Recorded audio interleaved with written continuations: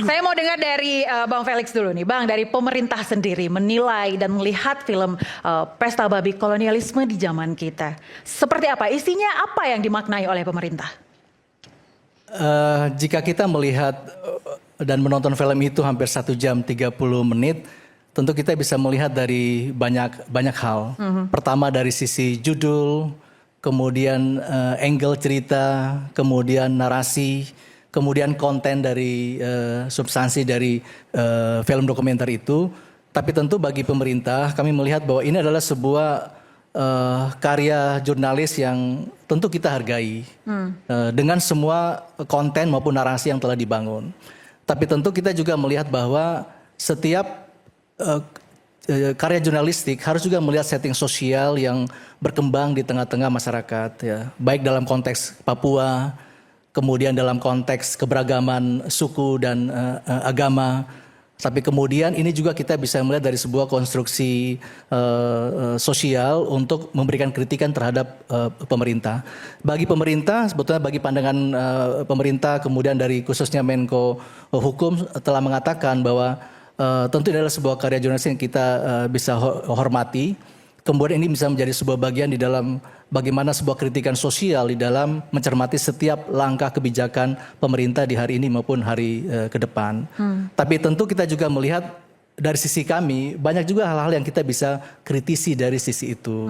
Dari sisi narasinya yang membawa cerita tentang mungkin tentang mengangkat event-event kultural seperti Pesta Babi. Itu adalah sebuah event kultural yang dilakukan oleh satu suku di kawasan perbatasan Indonesia dan PNG di Waropko, itu kawasan di antara masyarakat di Provinsi Papua Selatan maupun Papua Pegunungan. Jadi itu sebuah pesta yang memang ada kebersamaan, kemudian sakral ya, Bang ya? Iya betul, saya ingin sampaikan bahwa ada dimensi sosial, kebersamaan, kesetaraan antara suku yang menjaga lingkungan. Ini sebenarnya menjelaskan pola tentang bagaimana masyarakat adat bisa menjaga lingkungan dan dihargai oleh suku yang lain.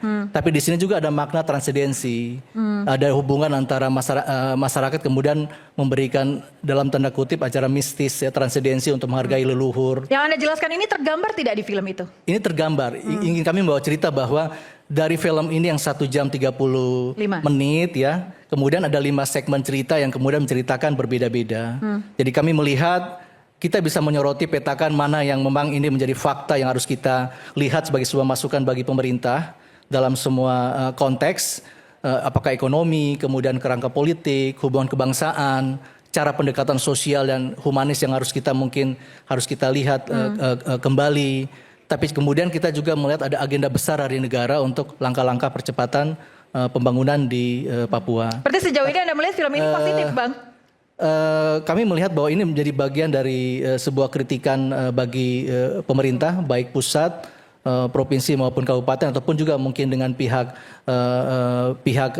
private company, bagaimana cara pendekatan terhadap pembangunan di Papua, cara pendekatan kultural di Papua. Tapi kami ingin tegaskan di sini bahwa pemerintah, Bapak Presiden Prabowo Subianto mengutamakan cara pendekatan budaya masyarakat dalam konteks agenda percepatan pembangunan. Seperti hari ini ada 6 provinsi di tanah Papua. Kita membagi kebijakan untuk percepatan menghadirkan negara hadir di tengah-tengah masyarakat, itu pendekatannya sangat kita sebut spasial kultural. Pendekatan kewilayahan, seperti Papua Selatan itu wilayah adat Animha. Ada 7 wilayah adat yang kita kemudian akomodasi dalam kebijakan struktural provinsi di Papua. Kemudian hari ini Bapak Presiden menerbitkan Perpres 107 2025, itu basisnya pendekatan kultural. Apakah ekonomi, kemudian apakah sosial, kemudian pendekatan sekolah-sekolah asrama, kemudian juga pendekatan investasi berbasis kawasan, pendekatan etnosentris di dalam pendekatan pembangunan. Jadi kami pikir itu adalah sebuah langkah yang pemerintah lakukan untuk memberikan penataan, koreksi terhadap mungkin cara pendekatan yang ada. Tapi kami melihat memang karena film ini adalah sebuah karya jurnalistik yang kita bisa punya nilai satu perspektif dari Saudara Dandi, tapi kami juga melihat mungkin narasi dari sisi pilihan bahasa, pilihan angle-nya, kemudian pilihan orang yang diwawancara, yang memang kami melihat tidak ada satu segmen dari pemerintah. Even di dalam film ini ada 2 kali screen yang menjelaskan tentang rapat kabinet tentang Papua yang menghadirkan kami di dalam film itu. Tapi kami pikir sebetulnya juga harus diberi ruang sebetulnya film itu kepada kami menjelaskan tentang arah kebijakan pemerintah di hari ini, menjadi sebuah bagian di dalam proses pembelajaran yang masa lalu, tapi kemudian bagaimana lihat untuk hingga 2029 maupun ke depan. Oke, berarti menurut Bang Felix, film ini tidak 100% menyampaikan apa yang sebenarnya terjadi di Papua. Kalau kami melihat memang ada fakta yang dijelaskan di film itu, tetapi kami melihat mungkin fakta itu juga bisa dikritisi. Bagaimana wilayah adat kita ada 250-an suku di Papua. Kemudian kita sederhanakan jadi para antropolog dan sosiolog dari Universitas Cendrawasih mensimplifikasi, menjernihkan menjadi 7 wilayah adat. Seperti di wilayah adat Papua Selatan ini wilayah adat Animha, di Papua Pegunungan ada Lapago akhirnya menjadi provinsi sendiri, kemudian di selatan sendiri masing-masing budaya ini memiliki sistem kepemilikan, sistem leadership, local leadership yang berbeda, sistem kepemilikan tanah yang berbeda, lokal relasi power relation di antara suku yang berbeda, ada sistem big man, ada sistem kepala suku, ada Ondowafi, ada sistem pola mata pencarian yang berbeda, zona ekologis yang berbeda. Jadi kami melihat mungkin ada hal-hal yang harus kita juga kritisi dari film ini dari sisi kami yang mungkin itu bisa menjadi sebuah pembelajaran bagi pemerintah di dalam agenda besar kita sebetulnya saudara-saudara publik setanah air bahwa agenda besar kita adalah ketahanan pangan dan energi, itu pertama. Kemudian kedua, kita juga harus menghargai bahwa hari ini ada ketimpangan antara barat dan timur Indonesia, antara Jawa dengan wilayah timur Indonesia dari Papua, sehingga tentu hari ini harus ada gerakan yang lebih cepat, tidak seperti konvensional saja untuk mempercepat pembangunan di timur Indonesia atau di tanah Papua atau daerah-daerah pinggiran.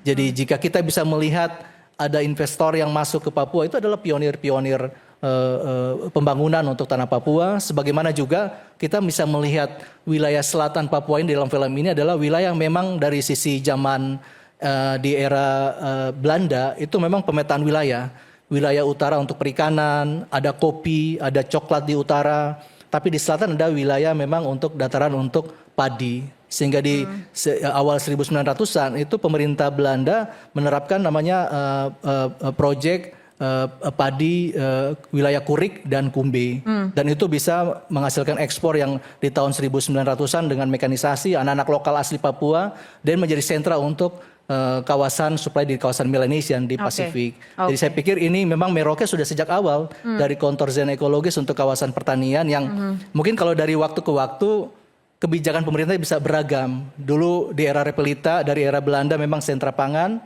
terutama saat itu padi yang dikenalkan oleh era Belanda. Setelah itu di era pemerintahan Indonesia ini menjadi kawasan transmigran dari tahun 60-an, 70, 80, itu adalah pionir-pionir pembangunan. Di film itu juga menjelaskan tentang bagaimana pionir, saudara-saudara transmigran, kemudian berakulturasi dengan saudara-saudara di Papua Selatan, dan saudara-saudara kita di Papua Selatan begitu sangat erat hubungan antara saudara-saudara Nusantara dengan saudara-saudara dari Papua Selatan. Jadi kami melihat sebetulnya bisa memaklumi bahwa film ini juga menceritakan fakta, tapi juga mungkin jangan membenturkan.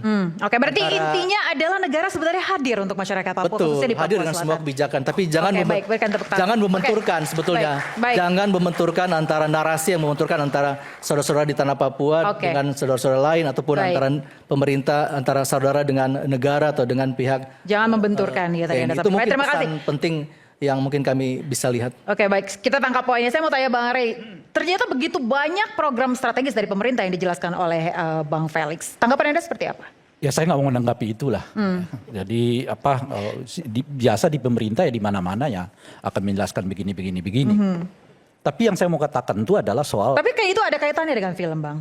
Iya, maksud ini yang saya mau jelaskan. Oke, silakan. Kan enak kalau kita begini gitu menurut saya. Maksudnya? Ya kalau ini karya jurnalistik, ya kritisi aja mana kira-kira yang dianggap nggak objektif. Sebutkan gitu loh. Jadi bukan menyatakan ini film berbahaya, ini film yang mengancam, film yang begini, begono begini. Sejak Orde Baru kita udah pakai yang begituan gitu loh, Bang. Kapan bangsa ini tadi disebut oleh Pak Stompul ya, mau maju kok selalu ini menakutkan, ini menyeramkan, ini begini begono. Padahal kan kalau penjelasan Bung Felix itu kan kita enak dengarnya. Ya kami sebagai orang pemerintah nggak dimintai keterangan gitu loh maksud saya gitu. Dari sini aja kita udah lihat nih persoalan yang dilakukan oleh TNI di tadi di Ternate. Dasarnya apa? Pemerintah aja terbuka kok. Kita lihat tadi misalnya diungkapkan tuh pernyataan Pak Yusril, bagus untuk menimbulkan pro kontra di tengah masyarakat gitu. Kalau kita mau maju ya itu yang disuburkan. Oke, baik. Bukan ancaman gini begono. Oke. Demokrasi dibutuhkan supaya ide dengan ide dibenturkan. Oke, baik. Yang nggak boleh itu adalah pakai senjata. Maka karena nggak boleh pakai senjata, kita mengatakan TNI urus pertahanan. Gitu. Karena TNI nggak punya tradisi berdialog. Masa TNI pakai dialog? Ini udah mau perang, dialog dulu yuk, kata dia. Di mana-mana nggak ada namanya TNI yang meminta dialog. Ilmu mereka cuma satu. Pertahankan. Itu kira-kira tuh. Makanya yang dialog tuh ya sipil-sipil gitu kan. Nah kalau ini kan enak. Mana persoalannya? Di mana ini? Jadi kita bisa maju. Oke, ini karya jurnalistik. Saya kira ini kekurangannya ini gitu. Kita berdebat di situ sehingga besok-besok apa yang dianggap dikritik oleh pemerintah mungkin akan menjadi bagian yang akan diproduksi ulang dalam bentuk lain untuk menjadi masukan kita di masa akan datang. Jadi tidak perlu ada dibubarkan kalau nobar-nobar begitu menurut Anda ya Bang Rey ya? Itu kelakuan di tahun 30 tahun yang lalu. Ya, Pak Iskandar berarti tidak perlu ada pembubaran ya untuk nobar ini ya?